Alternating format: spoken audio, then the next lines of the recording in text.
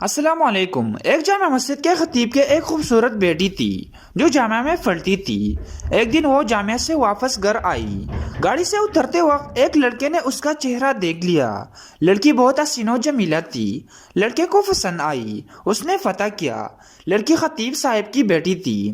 لڑکے نے اسی دن سے صف اول میں نماز پڑھنے کا اہتمام شروع کیا۔ اذان سنتے ہی وہ مسجد کے دروازے پر پہنچ جاتا۔ نماز تک تلاوت قرآن میں مشغول رہتا تھا۔ 6-7 مہینے تک وہ اسی معمولات پر پابند رہا۔ اس کے بعد اس نے والد سے شادی کی خواہش کا اظہار کیا۔ والد نے کہا ٹھیک ہے، دیکھ لیں گے مناسب رشتہ۔ اس نے کہا کہ لڑکی میں نے دیکھ لی ہے۔ والد کے پوچھنے پر اس نے خطیب صاحب کی بیٹی کے بارے میں بتایا۔ اس نے کہا یہ تو بہت اچھی بات ہے، امام صاحب سے ملتے ہیں۔ عمایت بن محلہ کے ساتھ امام صاحب کے خدمت میں حاضر ہوئے۔ امام نے لڑکے کے بارے میں پوچھا۔ انہوں نے اسی لڑکے کی طرف اشارہ کیا۔ خطیب نے لڑکے کی دینداری کو دیکھ کر رشتہ لڑکی سے مشورہ کرنے اور رضامندی ظاہر کرنے پر قبول کیا۔ چنانچہ رشتہ طے ہوا۔ 6-7 ماہ بعد شادی ہوئی۔ شادی کے کچھ عرصہ بعد لڑکے نے نماز پڑھنے میں سستی شروع کی۔ 1-2 ماہ لڑکے نے داڑھی کاٹ دی۔ گھر آنے پر اس لڑکی نے سخت ناراضگی کا اظہار کیا۔ اس نے کہا کہ یہ نماز تو صرف تمہیں حاصل کرنے کے لیے پڑھ رہا تھا، اب مقصد حاصل ہو چکا ہے، اب کیا ضرورت؟ لڑکی یہ سن کر بہت افسردہ خاطر ہوئی اور جا کر والد صاحب کو کہا کہ اس بھی دین کے ساتھ ایک دن نہیں رہنا چاہتی۔ یہ معاملہ محکمہ عدل تک پہنچ گیا۔ قاضی نے دونوں میں تفریق کا فیصلہ کیا۔ لڑکا بہت پریشان ہوا۔ اس نے بہت کوشش کی لیکن لڑکی کو دوبارہ نہ پا سکا۔ لڑکے نے ایک جادوگر سے مدد حاصل کرنے کا فیصلہ کیا۔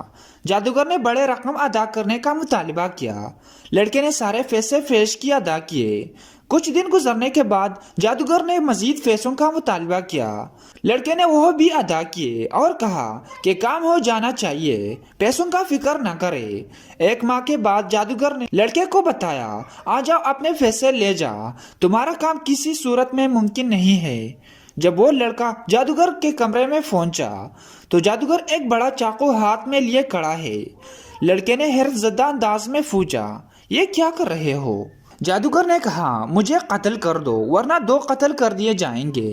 لڑکے نے کہا میں یہ نہیں کر سکتا، لہٰذا میرے پیسے دے دو۔ اس نے پیسے دیے۔ لڑکا پیسے لے کر بھاگنے لگا۔ پولیس والوں نے لڑکے کو پریشان حالت میں بھاگتے ہوئے اسے ضبط کر لیے۔ لڑکے توسط سے پولیس جادوگر تک پہنچ گئے۔ جادوگر نے پولیس کو کہا مار ڈالو، میں مرنے والا ہوں، مجھے وہ نہیں چھوڑیں گے۔ پولیس نے دونوں کو قاضی کے پاس لے گئے۔ قاضی کو جادوگر نے پوری کہانی سنائی کہ ہم استدامہ البشارت کے ذریعے جادو کا عمل کرتے ہیں اور کامیاب ہو جاتے ہیں، لیکن اس لڑکی پر جب میں نے یہ عمل کیا اور شیطانوں سے مدد حاصل کرنے کی کوشش کی تو اس گھر کی حفاظت پر فرشتے مامور تھے۔ پھر میں نے دوسرا عمل کیا، تب بھی فرشتے مامور تھے لیکن پہلے سے تعداد میں زیادہ تھے۔ اس کے بعد میں نے رئیس شیطان سے مدد لینے کی کوشش کی۔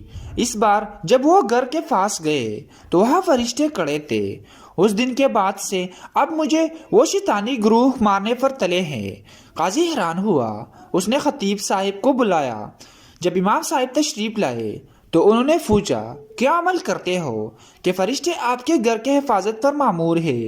اس نے پوچھا کیوں، کیا ہوا؟ کیونکہ اس کو پتہ بھی نہیں تھا کہ یہاں کیا چل رہا ہے۔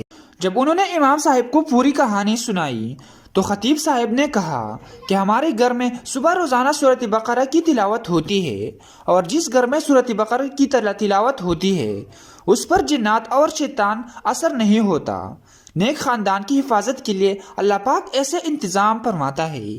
دوستو اگر ویڈیو اچھی لگی تو ایسے سبق آموز کہانیوں کے لیے ہماری چینل کو سبسکرائب کریں۔